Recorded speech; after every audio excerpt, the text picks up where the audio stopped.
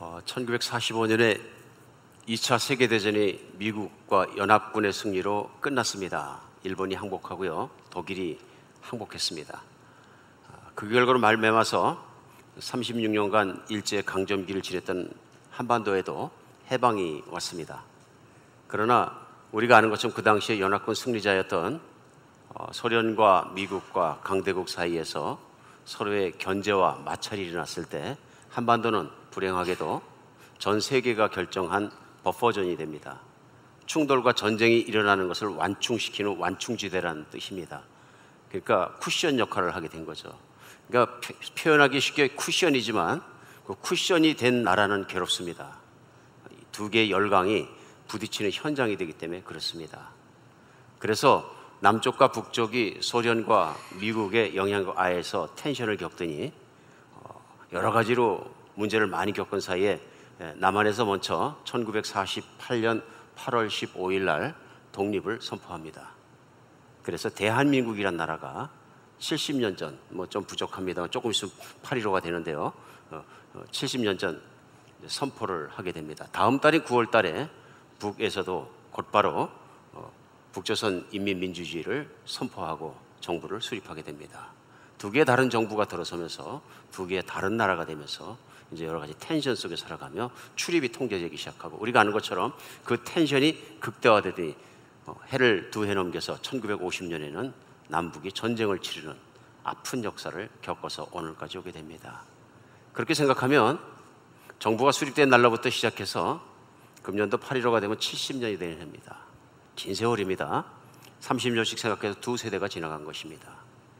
그런데 그 두 세대가 지난 오늘에도 얼마나 원수가 되었으면 마음대로 통행하지 못합니다. 안타까운 일이죠.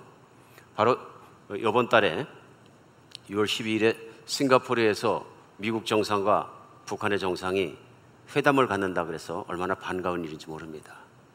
우리가 항상 기도한 대로 좋은 회담이 되었으면 좋겠습니다. 이제는 최소한 남과 북이 서로 소통할 수 있고 왔다 갔다 할 수 있고 서로 그런 관계가 되었으면 좋겠습니다. 얼마나 적대적이었는지는 우리가 잘 알고 있습니다. 서로가 얼마나 적군이로 싸웠는지도 알고 있습니다. 저도 어릴 적에 미술 시간에 최초로 그렸던 포스터가 생각이 납니다. 그게 뭐냐면 무찌르자 북괴군. 여러분 기억나십니까? 그 다음에 그렸던 게 불조심. 되게 이제 그런 거 그립니다. 미술 시간에. 그러니까 미술 시간에 생각해 보면 아름다움을 그리는, 뷰티를 그리는 것이 아니라 어떻게 다른 나라식으로 생각 프로파간다? 어떤 그 정치적인 이슈들을 초등학교 1학년부터 그리기 시작했던 것을 기억합니다. 이제 그런 시대가 아니었으면 좋겠습니다. 그런 시대가 아니었으면 좋겠습니다. 어린 마음 속에, 어린 눈 속에 아름다움을 발견해도 적은 인생이 짧은 것을, 그런 분노와 그런 전쟁과 그런 것을 아무렇지도 않게 사람을 죽이는 총의 모습과 칼의 모습과 찔러 죽이는 모습을 막 그리는 그런 모습이 아니었으면 좋겠습니다. 2000년 전에 예수님이 이 땅에 오셨을 때 우리가 남과 북이 나눠져서 겪는 고통과 아주 유사한 고통 속에서 오셨습니다. 그래서 뭐냐면 남왕조 유다와 북왕조 이스라엘의 대립 속에서 오랜 세월, 수백 년을 살아왔습니다. 우리는 70년 만에 지금 다시 한번 대화가 시작됐습니다만은 이스라엘이 두 나라로 나뉘어서 솔로몬 이후에 북왕조, 남왕조로 나눈 이후에는 수백 년 동안 그들의 앙금은 가라앉지 않았습니다. 그래서 예수님이 오셨을 때에도 그렇게 많은 세월이 흘렀음에도 불구하고 남왕조 유다에 사는 유대인들은 북왕조 정말 사마리아 사는 사마리아 길을 다니지도 않았고 그를 통행하지도 않았고, 또 사마리아 사람들은 남쪽 사람들이, 유대 사람들이 자기의 동네를 통과하는 것을 기뻐하지 않았습니다. 예수님은 사실 예루살렘에 있는 남왕조와 사마리아가 있는 북쪽에 있는 사마리아와 그 사마리아의 북쪽에 있는 갈릴리 방에서 자라셨습니다. 그래서 제자들과 함께 사역을 시작하시고 나서 예루살렘에 성전에 가실 길이 있으면 사마리아로 곧바로 내려오시면 되는데 그런 대립의 관계 때문에 내려오지 못하셨습니다. 그래서 천상은 확 돌으셔갖고 동쪽으로 돌아서 요단강을 건너갔다 다시 건너오셔서 후회하셔야 되는 그런 루트를 택하셨습니다. 성경에 보면 어느 때 한번 사마리아를 통해서 내려오시라는데 사마리아 사람들이 예수님과 일행을 가로막았습니다. 대적한 겁니다. 그래서 결국 그걸로 통과하지 못하시고 돌아서 다시 내려오셔야 됐습니다. 그러니까 성경에서는 요한복음 4장에는 어느 날 주님께서 예루살렘에서 사역하고 북으로 갈릴리 지역을 돌아가시는데 그때는 아주 그냥 결심하신 것 같습니다. 그 사마리아 땅을 직선으로 올라가셨던 것 같습니다. 그리고 올라가셔서 많은 길을 걸으셔서 야곱이 사용했던 우물터에까지 이르셨다. 아주 역사적인 장소죠. 과거에 야곱이 사용했던 우물터까지, 팠던 우물터까지 이르셔서 거기 앉아 계시다가 우리가 잘 알고 있는 사마리아에 살던 한 사마리아 여인을 만나게 됩니다. 자연스럽게 대화가 진행되고요. 이 여인에게 예수님께서 물 좀 달라, 목말르다 말씀하시니까 이 여인이 유대인은 사마리아인을 상종도 하지 않고 쳐다보지 않고 특별히 보아하니 랍비, 선생님 같은데 선생님은 더더군다나 먼 발치에서 부딪히도 않는데 어떻게 사마리아 여자 보고 그것도 물을 달라고 하나이까 따집니다. 예수님이 기가 막힌 말씀하십니다. 내가 누구인 하나님의 선물과 내가 말하는 내가 누구인지를 알았다면 내게 물을 달라 했을 것이요 그러면 내가 너에게 줄 것인데 생수를 주었을 것인데 내가 그 생수를 마시면 평생 목마르지 아니하리라. 여인이 당황했습니다. 왜 당황했냐면 목말라서 물 달라 그러는 분이 그분에게 요청하면 생수를 주신데 그 생수 먹으면 영원히 목이 마르지 않다. 이해가 가지 않는 것입니다. 그래 보아하니 두레박도 없고 물기를 그릇도 없고 한데 무슨 물을 준다 그러느냐. 그러니까 내가 주는 물은 다르다 하고 말씀하십니다.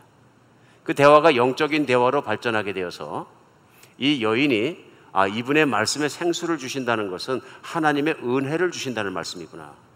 이분이 말씀하신 목마름은 물을 마시지 않아서 목마른 것이 아니라 인생이 내 맘대로 되지 않고 인생에 내가 정말로 아픔이 있고 그런 목마름을 얘기하시는구나.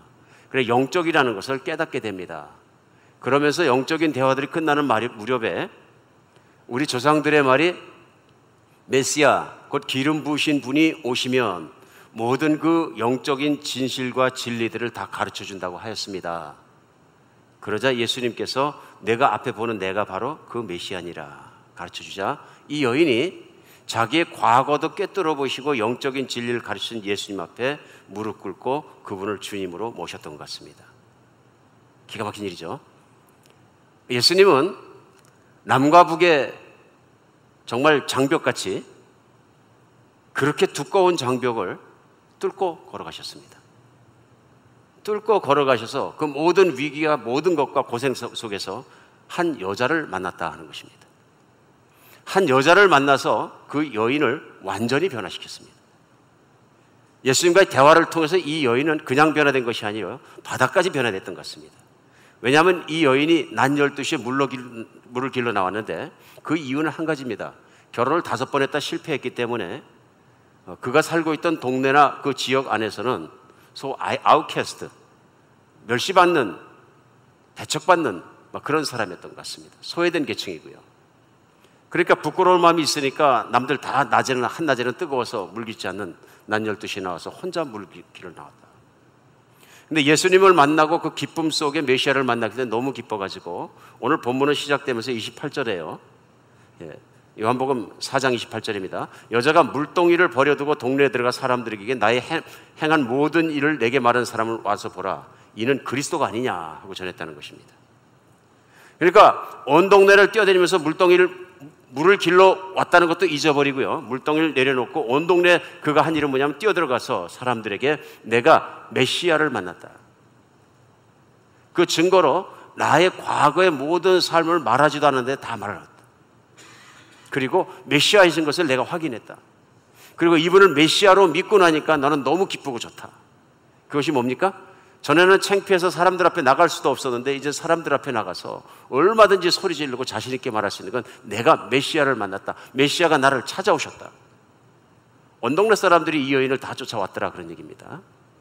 그래서 30절에 보면 그들이 동네에서 나와 예수께로 오더라 합니다.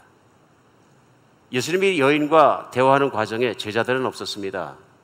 점심때 시장하니까 정오 때니까요. 타운 안에 들어가서 점심거리 먹을 것을 사러 다 나갔었어요. 우르르 몰려갔던 것 같습니다. 와서 보니까 예수님이 앉아 계십니다. 그래서 사온 점심밥이었겠죠. 랍비와 선생님 잡수세요 하고 음식을 드리니까 오늘 본문 말씀 뭐라고 하십니까?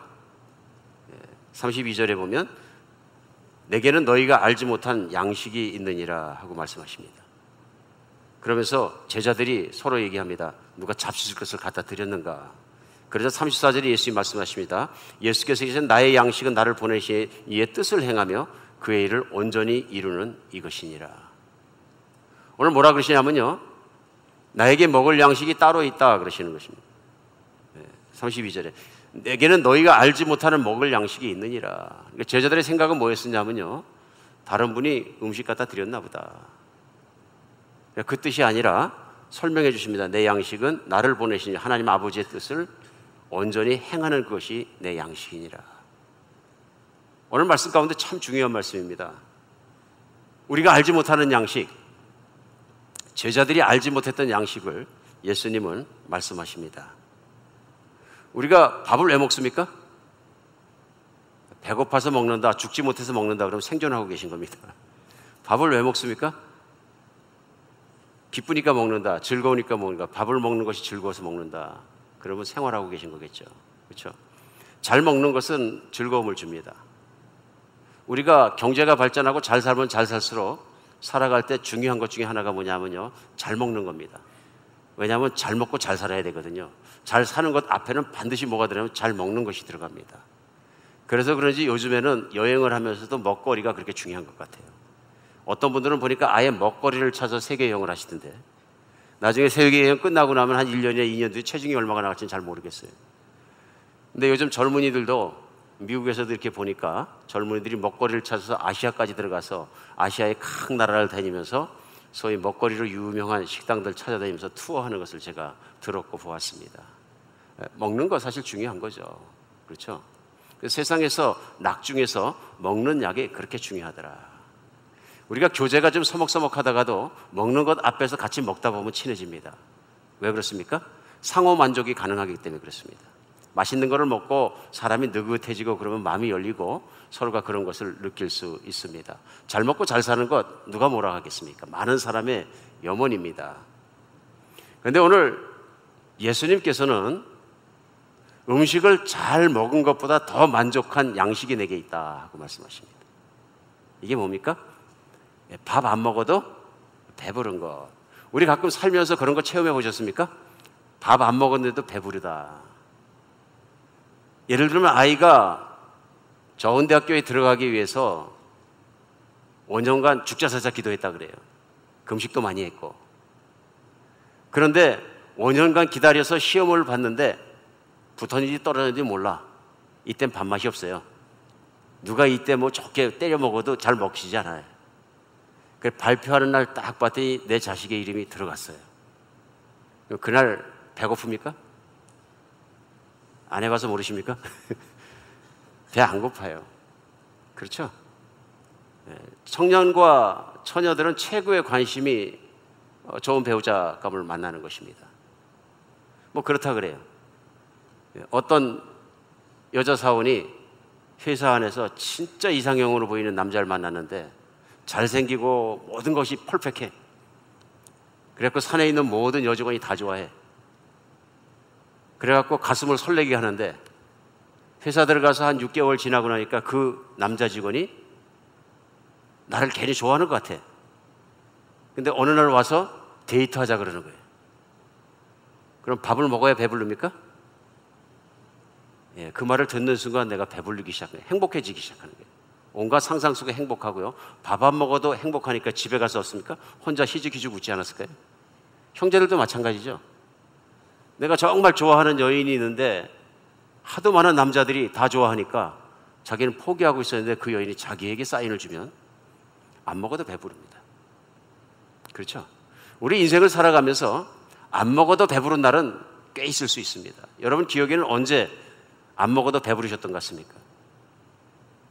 인생에 최고 행복하게 사는 것은 뭐냐면요, 안 먹어도 배부른 인생을 사는 것입니다. 오늘 예수님께서 너무 행복하셔서 그 자리에 앉아서 말씀하신 게 뭐냐면 나는 배불르다 너희 먹어라 하시는 거예요. 무엇이 이렇게 예수님을 행복하게 하고 기쁘게 하고 정말 시장도 잊어버리시고 기뻐하실 만큼 이 일을 일어나게 했을까요? 쉽습니다. 한 여인입니다. 세상이 쳐다보지도 않고 세상에 관심도 없는 버림받았다고 생각해야 될 관심 없는 한 여인입니다. 오늘 인생이 바닥에 있다고 생각한 그 여인이 변하자 예수님은 너무도 기쁘셨습니다. 음식을 잊어버리실 정도로 기쁘셨습니다. 오늘 본문은 여러분과 저도 그런 인생을 살았으면 좋겠다 하는 바람이 생기게 합니다. 오늘 예수님께서 꽉 차는 삶을 걸어가신 것처럼 우리도 그런 인생을 하나님 살았으면 좋겠습니다. 사실 따져보면 우리도 인생에 목마릅니다. 여인은 인생에 가장 목마랐던 사람입니다. 왜 그렇습니까? 인생이 마음대로 안 되는 겁니다. 첫 남편 실패하고, 둘째 남편 실패하고, 세 번째 남편 실패하고, 네 번째 남편, 다섯 번째 남편 실패했다. 그리고 이제는 동거하고 있다. 희망이 없는 겁니다. 희망이 없고 목마른 인생에게 예수님이 찾아가셔서 단번에 그게 뱃속에서 생수가, 기쁨이 쏟아져 나오는 인생으로 바꿔버리셨다. 여러분과 제 인생도 예수님이 시장도 못 느낄 만큼 기뻐하셨던 같은 그런 인생이 되었으면 좋겠습니다. 그런 인생 어떻게 살까요? 우리 기독교인은 분명히 기억해야 되는 것이 있는 것 같습니다. 제일 먼저 나를 구원하신 하나님의 마음을 알아야 그런 인생이 가능해지는 것 같습니다. 밥 먹지 않아도 배부르는 인생. 오늘 예수님께서 34절에 예수께서 이르시되 나의 양식은 나를 보내신 이의 뜻을 행하며 그 일을 온전히 이루는 그것이니라 하고 말씀하셨어요. 예수님이 시장하시는 가장 큰 이유는 뭐냐면요, 아버지의 뜻을 이루고 있다는 기쁨입니다. 그러니까 쉽게 설명해 주신 거예요. 아버지의 뜻은 뭐냐면 예수님께서 이 땅에 있는 우물가에 있던 여인 같은 잃어버린 영혼들, 하나님의 잃어버린 자녀들을 찾아서 하나님의 자녀로 부르는 일입니다. 인간을 회복시키는 일입니다. 저주받은 것 같은 인생을 살고 버림받은 것 같은 인생을 살던 한 여인을 하나님의 관심사이고 하나님의 사랑이고 하나님의 총애받는 존재라는 것을 분명하게 가르쳐주고 믿게 해주어서 하나님께로 이끄는 일을 하신 것입니다. 그 일을 하고 그 일이 이루어지는 현장 속에 앉아 계시니까 우리 예수님 시장하시다 않으시다. 정말 그런 것 같습니다. 자식을 향한 부모의 마음만큼 깊은 사랑의 마음이 또 어디 있겠습니까? 한국에 있는 어떤 목사님께서 쓰신 그 글이 있어요. 이 목사님이 그 딸을 낳아가지고 아마 미국으로 유학을 보내셨나 봐요. 근데 딸이 몸도 아프고 기숙사에서도 나오게 되었고 여러 가지 이제 곤란한 일이 생겨서 어려움을 겪게 된 거예요. 그러니까 집안에서 온통 걱정과 근심이 딸이에요. 유학 보내놓고서는 객지에 나가서 어떻게 생활하나. 그래서 할 수 없으니까 목사님이 사모님을 대표로 보내셨대요. 사모님을 대표로 보내시고 가가지고 살 것도 구해주고 몸도 수발해주고 몇 개월이 지난 다음에 몸이 좀 건강해지니까 한국으로 이제 돌아간다고 엄마가 돌아가는 겁니다. 돌아가는데 딸애가 공항까지 환송한다고 나와갖고 들어가려고 안 하는 거예요. 그러면서 너무 힘들어갖고 엄마 손을 붙잡고 놓지 않으려니까 엄마가 너무 힘들었다. 근데 결국은 헤어져서 왔는데 이 딸이 자기 그 페이스북인가 그 페이지에다가 올린 내용이 고향에서 엄마와 같이 왔던 동생을 한국으로 보내고 나니까 정말 공허하게 되어서 아무도 옆자리 없다고 생각되니까 너무 힘들다. 뭐 그런 얘기를 하면서 집에 와서 엄마를 막 부르다가 혼자 울어버렸다. 그 내용을 아마 올린 것을 목사님이 보셨나 봐요. 그걸 읽고 목사님이 정말 태어나서 그렇게 펑펑 울 수 없이 자기가 울었다. 딸의 앞날을 위해서 딸을 유학 보냈지만 딸이 힘들게 공부하는 모습을 이렇게 보면서 외로운 모습을 보면서 자기는 너무 힘들었다. 가슴이 찢어질 듯이 아팠다. 이건 아버지만 느낄 수 있는 마음인 것 같아요. 그죠? 딸 봐보면 더 하겠죠? 딸 봐보면 하나님이 하나님 자식을 그것에 수만 배는 더 사랑하신다. 특별히 세상에서 허덕거리고 살아가는 잃어버린 자녀를 그렇게 사랑하신다는 것을 오늘 본문은 전해주고 있는 것입니다. 하나님이 누구를 사랑하시느냐? 오늘 바로 이 요한복음 4장에 나타난 우물가의 여인의 실화는 하나님이 누구를 사랑하시냐는 걸 말없이 보여주시는 거예요. 소외되고 잃어버리고 하찮게 여기질 한 생명을 힘을 다해서 갈라져 있는 나라의 장벽까지도 뚫고 들어가서 만나신 분은 예수님이십니다. 이것은 실화이고 이것은 오늘도 진행되고 있는 하나님 아버지의 마음이라는 것입니다. 우리가 인생을 살아가면서 안 먹어도 배부른 인생을 살 수 있는 가장 중요한 것은 내가 하나님의 그런 사랑을 받고 있다는 확실한 믿음 없이는 불가능한 일입니다. 내가 예수님을 믿는다는 건 단순히 내가 죽어서 혹시 있을 천국을 갈지도 모르니까 그냥 받아들였다는 정도의 문제가 아니라 나에게 정말로 나를 만드신 아버지 하나님께서 나를 사랑하시고 나의 인생의 모든 걸 쥐고 사랑하신다는 것을 가슴속 깊이 받아들였으므로 가능한 것입니다. 우리가 살아가면서 정말 기쁘게 살고 정말 행복하게 살고 꼭 필요한 것은 하나님께서 나를 얼마나 사랑하신다는 것을 알고 믿는 믿음입니다. 오늘 두 번째는요, 배울 수 있는 게 뭐냐면요, 사람들을 향한 하나님 아버지의 마음을 알아야 기쁘게 살 수 있다는 것입니다. 우리는 세상을 살아가면서 혼자 살지 못합니다. 결코 혼자 살지 못합니다. 사람들 속에 살아가는 거죠. 사람들 속에 살아가면서 사람 때문에 불행해지는 경우도 얼마든지 있습니다. 그렇죠? 그래서 우리는 살아가면서 사람을 자꾸 경계하게 되는 것 같습니다. 그래서 사람으로부터 받은 상처, 사람으로부터는 어려움, 그러다 보니까 나중에는 어떤 사람은 만나자마자 이 사람은 내가 미워해야 될 사람, 경계해야 될 사람, 멀리해야 될 사람 딱 결정해버리지 않습니까? 어떤 사람들은 내가 그래도 마음을 좀 열고 좋아할 수 있는 사람, 편안한 사람 또 결정하기도 하고요. 그러다 보니까 우리는 알게 모르고 세상에서 살아가면서 외모로 좋다 나쁘다를 판단하거나 그 사람의 경력이나 가진 것, 사회적 지위를 가지고 자기가 믿는다 안 믿는다 또 판단하기도 합니다. 얼마나 배웠느냐, 소유가 얼마냐, 집은 어디에 있느냐, 고향은 어디 사람이냐, 심지어는 사람을 만나게 되면 확인합니다. 나이가 몇 살인지 궁금하니까 조심스럽게 알아봅니다. 형벌인지 동생인지 언니인지 동생인지 알아봅니다. 뭔가 우리가 사람을 보는 기준과 잣대가 있다 그런 얘기입니다. 근데 오늘 본문 가운데 나타난 예수 그리스도께서 우물가의 여인을 보시는 시각은 잣대가 없습니다. 세상적인 잣대가 전혀 없습니다. 그냥 하나님의 자녀라는 그거 하나인 것 같습니다. 그 여인이 어떤 일을 했는지, 어떤 인생을 살았는지, 신분이 무엇인지, 무식한 사람인지 유식한 사람인지 뭐 그런 것 관심이 없으십니다. 딱 한 가지 관심 있는 것은 하나님의 자녀인 딸이고 그 딸이 세상 안에서 고통받고 살아가고 있다는 것입니다. 그런데도 그 죄인의 삶이, 이 여인이 얼마나 많은 죄를 또 지었겠습니까? 어쩌면 남자도 아프게 했을 수도 있겠죠. 5번씩이나 결혼에 실패했기 때문에. 자기만 피해자겠습니까? 그럼에도 불구하고 묻지 않으시고 예수님께서 그를 사랑하시더라 하는 것입니다.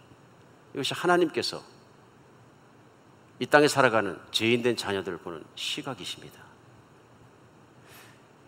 이 여인이 예수님이 메시아인 걸 알고 받아들이고 믿고 나서 첫 번째 한 행동이 있습니다. 그것은 뭐냐면 동네로 뛰어갔다는 사실입니다. 아마도 그 동네 사람들은 자기를 멸시했을 수도 있고 가시했을 수도 있고 비판했을 수도 있고 부정적으로 말할 수도 있고 창피하게 만들 수도 있고 사람 앞에 나서지도 못하게 만들었던 사람들이 대다수들입니다. 자기를 힘들게 했던 그 과거로 뛰어들어갔는데 조금도 힘들어하지 않는 모습입니다. 왜 그렇습니까? 눈이 달라진 거예요.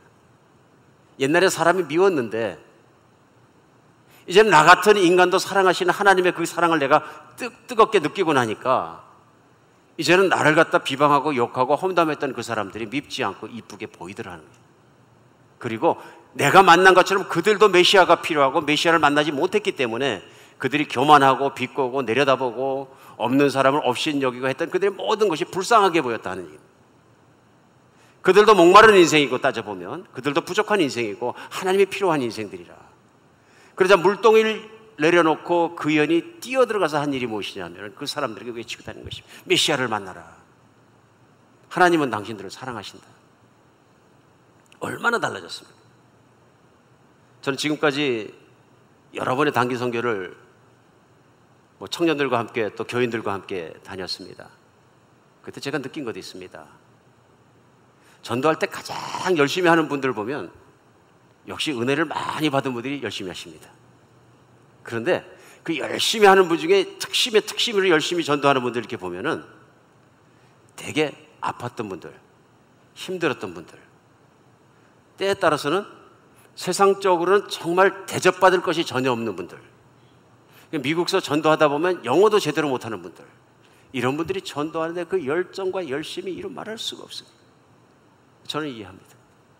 예수님을 믿기 때문에, 그분이 어떤 은혜를 받았는지, 받은 은혜가 있기 때문에 말하는 것입니다. 그들을 얼마나 하나님이 사랑하시냐 하는 눈이 열렸기 때문에 그들에게 나가고 싶은 것입니다.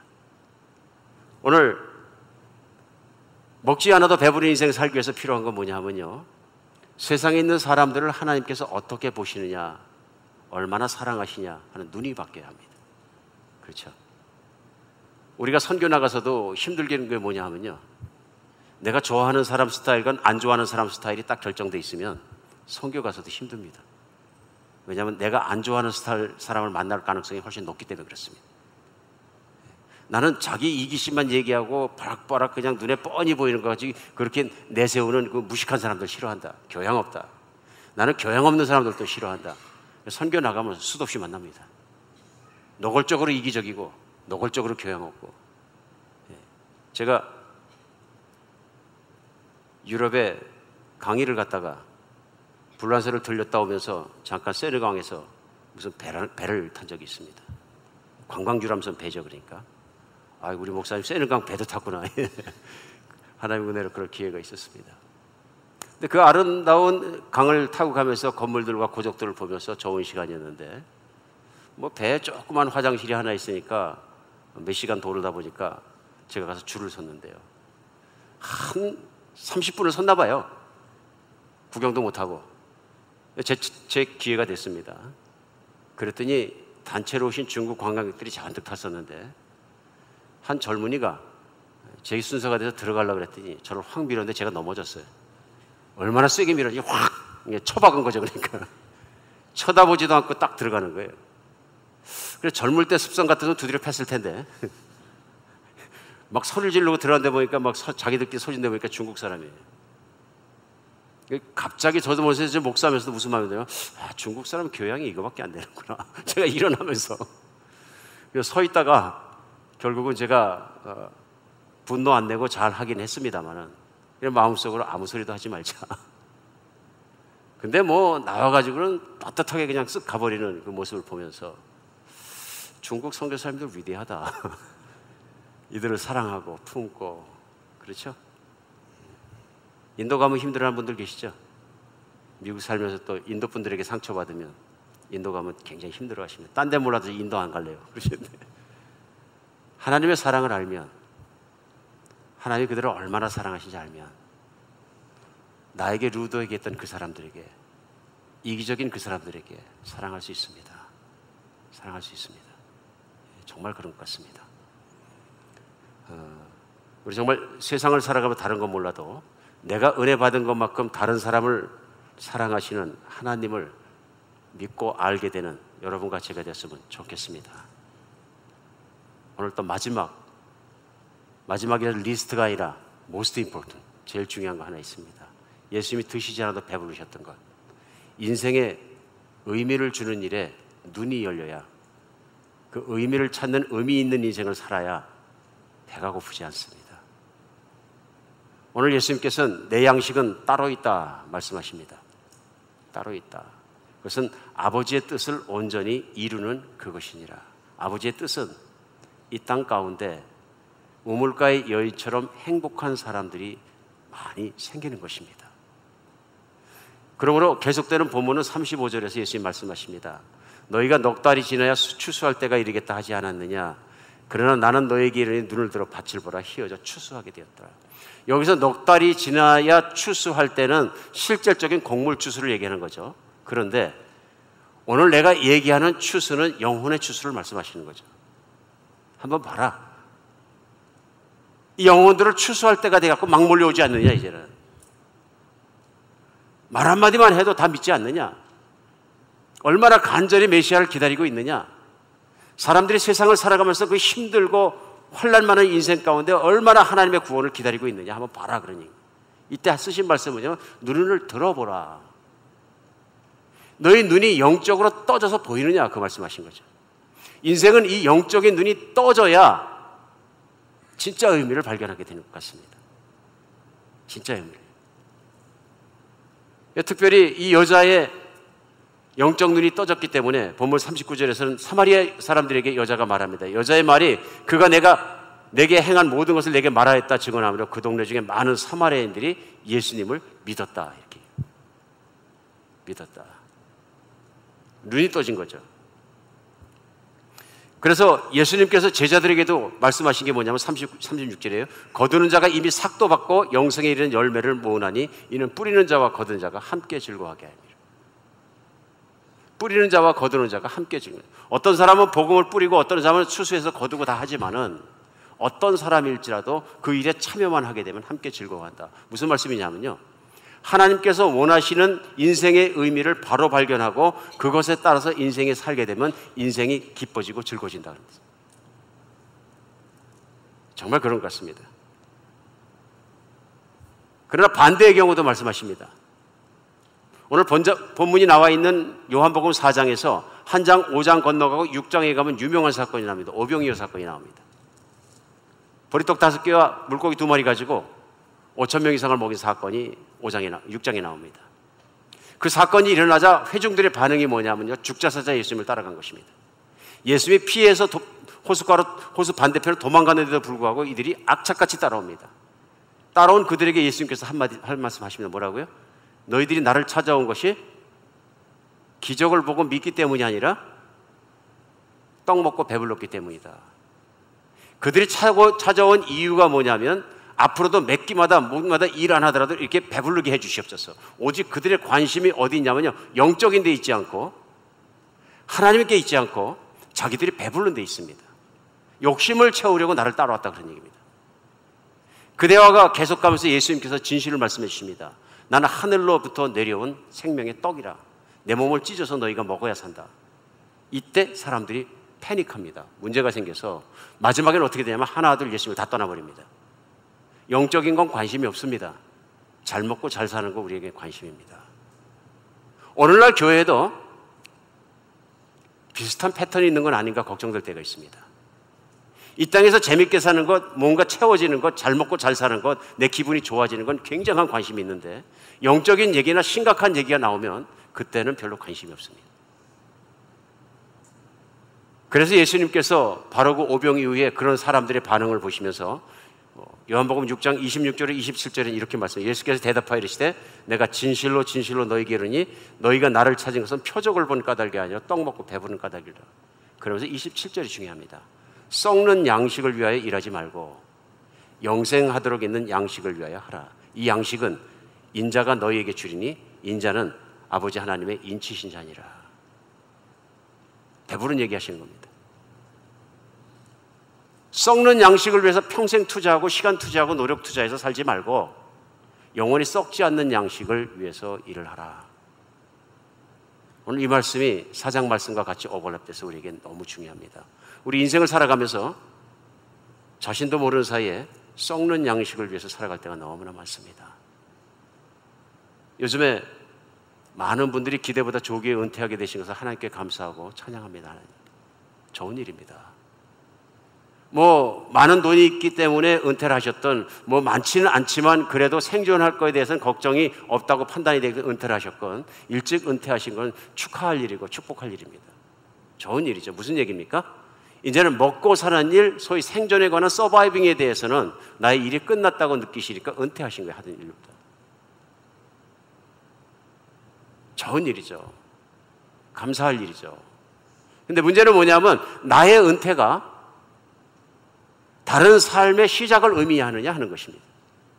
근데 만약에 나의 은퇴가 생업으로부터 일을 안 하고 그냥 쉬는 것이다, 쉬는 것으로 끝났다 그러면 차라리 은퇴를 위해서 목표를 가지고 달려왔을 때가 더 낫지 않을까요? 잘못하면? 무슨 얘기하는 겁니까? 만약에 나의 은퇴가 인생을 텅 빈 공간 속으로 들어가서 하루하루를 의미 없이 생존하는 것이라면 생존이 주는 가치와 의미가 어디 있느냐? 인간은 그것 이상이거든요. 인간은 육신만 편하게 사는 것, 그것 이상의 존재인 것이 분명합니다. 근데 만약에 내 인생이 더 이상 의미가 없어졌다면 그것은 살아도 공허한 것밖에 남는 것이 없지 않습니까? 오늘 예수님께서 썩는 양식과 살아있는 양식을 말씀하시는 것은 그 뜻이 아니겠습니까?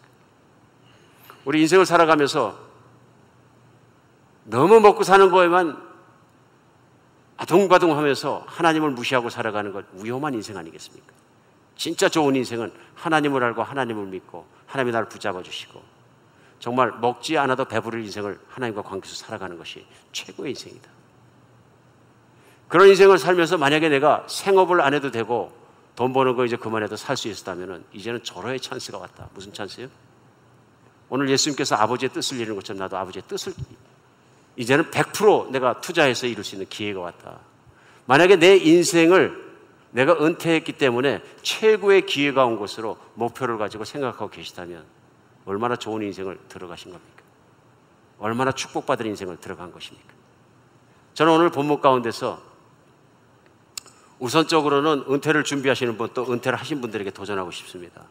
여러분은 인생의 최고의 피스에 딱 서 계십니다. 그동안 시집가고 장가가고 아기 낳고 키우고 이제 먹고 살고 애들 학교 보내고 시집 장가 보내고 정신이 하나도 없었는데 내가 묶여있던 삶의 일상으로부터 자유해지셨습니다. 그 얘기는 뭐냐면요, 나는 이제는 진짜로 내가 하고 싶은 일을 하실 수 있습니다. 뭐 내가 평생 하고 싶은 일을 먹고 노는 것이었다 할 수 없습니다. 그러나 내가 예수님을 주님으로 섬겨 그리스도인이라면 우리는 주기도문을 생각해야 합니다. 오늘 본문도 그렇고요. 아직 우리에게 남아있는 비전과 아직 우리에게 남아있는 숙제, 남아있는 사명이 있습니다. 그 주기도문을 우리 주일마다 또 매일마다 기도합니다. 하늘에 계신 우리 아버지요, 그 이름이 높이 여기심을 받으시오며, 그 다음에 뭡니까? Your kingdom come. 아버지의 나라가 이 땅 가운데 임하시며 아버지의 뜻이 하늘에서 이렇게 땅에서 이루어질지어다. 예수님은 이걸 위해서 이 땅에 와서 이걸 위해 사셨고 요한복음 4장도 이걸 하고 계신 것이고요. 아버지의 뜻이 일어난 게 뭐냐면 그 뜻을 따라서 한 여인이 비참한 인생으로부터 돌아온 것이거든요. 우리에게 최고의 기쁨을 주는 건 뭐냐면요, 나의 헌신이, 나의 모든 것들이 결국 하나님의 써주셔서 영혼들이 돌아오고 천국이라는 모습 속에 쓰임받는 건 하나님 아버지의 자녀일 뿐만 아니라 동역자로 살아가는 것만큼 좋은 인생은 어디 있습니까? 내 코에 호흡이 달려있는 동안 정말 내가 그렇게 쓰임받아서 하나님의 칭찬받고 하나님이 기뻐하시는 그런 인생에서 나는 하나님이 기뻐한다는 확신이 드는 것만큼 인생에 좋은 일이 어디 있습니까? 세상에 공허한 일이 그것 아닙니까? 죽는 날 기다렸다 죽는 거예요. 전 정말 그렇게 생각해요. 하나님께 간절히 기도해야 될 것이 알츠하이머에 걸려서 어떤 수용소에 들어가지 않는 거 정말 기도해야 될 일이에요. 그렇잖아요? 아무것도 할 수 없으니까 죽는 날 기다리는 건데요. 밖에 나갈 수도 없고 자유도 없고 감옥이거든요. 감옥에 갇혀서 꼼짝 못하는 건데 얼마나 힘든 일입니까? 내가 생각할 수 있고 판단할 수 있고 움직일 수 있는 내 호흡이 남아있는 그 순간까지 인생에 하나님도 기뻐하시고 영원히 없어지지 않은 나의 일과 사명과 갈 길이 있다는 것은 얼마나 기쁜 일입니까? 사랑하는 여러분, 그걸 위해 살아가십시다. 오늘 은퇴 안 하셨다 하더라도 우리 안에 그런 목표가 없다면 아무것도 아니다. 오늘 우리는 목장을 합니다. 오래 걸리고 꼭 좀 단단하게 나가서 되는 것이 아니라 우리 목장이 있는 가장 큰 이유는, 가정교회가 존재하는 가장 큰 이유 중에 하나는 뭐냐면요, 교회가 그리스도에서의 주기도문에 우리가 늘 외우는 그 말씀을 주기도문만 하는 것이 아니라 그런 삶을 살기 위해서 교회가 사람들이 사는 한복판을 나가는 것이 목장입니다. 목장이 사람들이 사는 곳 한복판에서 무엇하느냐, 바로 아버지의 이름이 높아지시고 그분의 정말 뜻이 이루어지고 그분의 나라가 이루어지는 그 일을 위해서 전도하는 것입니다. 이제는 시간이 많은 분들은 더 많은 시간을 그런 데 쓰실 수 있지 않습니까? 이웃을 만날 수 있지 않습니까? 말할 수 있지 않습니까? 전도할 수 있지 않습니까? 섬길 수 있지 않습니까? 또 오늘날 내가 생업 중에 바쁜 사람이다 할지라도 우리는 삶의 한복판에서 그거 할 수 있지 않습니까? 오늘 우리가 목장을 살아가면서 교회를 섬기면서 가장 중요한 것은 영혼을 살리는 일입니다. 오늘 목장 안에서도 그렇게 섬기고 살아갔으면 좋겠습니다. 아직도 목장은 내가 은혜 받아야 되고 내가 채워줘야 되고 내가 해야 되고 그거는 초점이 맞춰져 있다면 우리는 잘못된 초점으로 계속 만나는지도 모릅니다. 항상 우리의 초점은 나이고 내가 만족하는 것이고 내가 영적인 충만을 받는 것이고 거기서 끝나는 것이 아니라 내 인생의 목적이 달라지지 않으면, 그 눈이 열리지 않으면 눈을 들어 밭을 보라 휘어져 추수하게 되었도다. 사람들을 보는데 아이고 추수 때가 돼서 전도해야 되겠구나, 이 마음이 나지 않는다면 내 인생의 의미를 찾아야 한다고 믿습니다. 교회는 그래서 그런 일을 같이 훈련하고 같이 나가고 그런 비전을 붙잡을 수 있도록 노력하겠습니다. 올해도 우리 7월 달에 나바와 선교 뉴욕 전도 여행, 또 11월 달에 인도 단기 선교 여행, 끊임없이 해외로 가까운 곳으로 우리 기회를 열어가겠습니다. 또 전도를 훈련받고 배우기 원하시는 분들은 전도팀 들어가셔서 목요일, 금요일 계속적으로 나가시는 노방전들로부터 전도를 배우시기 바랍니다. 그 열정을 먼저 받으신 분들한테 받으시기 바랍니다. 영혼을 향한 열정들을. 그리고 특별히 오늘은 그런 마음이 듭니다마는 해외까지 나가서 전도할 마음이 생겨야 되시는 분들과 생긴 분들을 위해서 도전하겠습니다. 제가 뉴스를 보다 보니까 10만 불만 가지고 은퇴할 수 있는 세계에 있는 좋은 도시들은 얼마든지 많습니다. 그래서 그 도시들을 따져보니까 무슨 도시냐면 대개 다 전도해야 되는 곳들입니다. 미국과 한국은 전도가 복음이 많이 선포되었습니다. 근데 복음이 선포되지 않은 지역도 얼마든지 많습니다. 그래서 제가 찾아보니까 왜 10만 불이면 은퇴가 되나 생각을 해봤더니 한 달에 1,000불 이상 안 들어가고 생활비로 충분히 살 수 있으면 된다는 얘기입니다. 그래 보니까 아파트 투베드룸 아파트 렌트비가 300불이고 400불이고 더 이상 넘어가지 않고 현대식 삶을 살 수 있고 의료시설이 돼 있다면 얼마든지 할 수 있지 않습니까? 그래서 제가 찾아봤어요. 의료시설이 좋은가? 미국보다 의료시설이 더 좋은 선교지 대상지도 얼마든지 있습니다. 정말입니다. 제가 그런 마음이 들었어요. 이제 강단에서 저만 말하는 것이 아니라 언젠가는 저도 나가서 베이스를 마련해드리고 우리 공동체를 지어서 거기서 살면서 선교를 하는 것을 길을 뚫어야 되겠다. 이렇게 살면 안 되겠다. 이렇게 살면 안 되겠다. 언젠가는 우리의 주님을 얼굴과 얼굴로 뵙게 될 것입니다. 우리 육신에서 끝나는 그날 우리는 주님을 뵙게 되는 날이 될 것입니다. 그날에 주님 고맙습니다. 주님께서 은혜 주셔서 일찍 은퇴하고 시껏 잘 놀다 왔습니다. 배 타고 놀러 다니까 너무 좋았어요. 그렇죠? 좋은 데만 찾아서 살았더니 너무 좋았어요. 등 따시고 배불렀습니다. 제가 볼 때는 악하고 게으른 종이라 그럴 것 같아요. 착하고 충성된 종이 아니에요. 하나님의 마음을 모르는 자라. 우리 정말로 인생을 살아가면서 내가 살아가면서 살아갈수록 마지막에 살아가는 한 피스 한 피스가 더 좋아지는, 그래서 먹지 않아도 배부른 그런 인생을 살았으면 좋겠습니다. 세계는 열려있고 아직도 예수님을 기다리고 있습니다. 우물가의 여인은 세계 도처에 깔려 있습니다. 이제는 예수님이 그 발로, 샌들발로 그 더운 데 찾아가셨지만은 이제는 여러분과 제가 찾아가야 될 때라고 느껴집니다. 이제는 내 인생을 허무한 것에 내어주지 말고 정말로 주기도문의 예수님의 소원대로 그 나라가 이루어지고 그 뜻이 이루어지는 그 하나님의 이름이 높아진 그 일을 위해서 그 복음을 전하는 일에 쓸 수 있는 여러분과 제가 되었으면 좋겠습니다. 기도하겠습니다.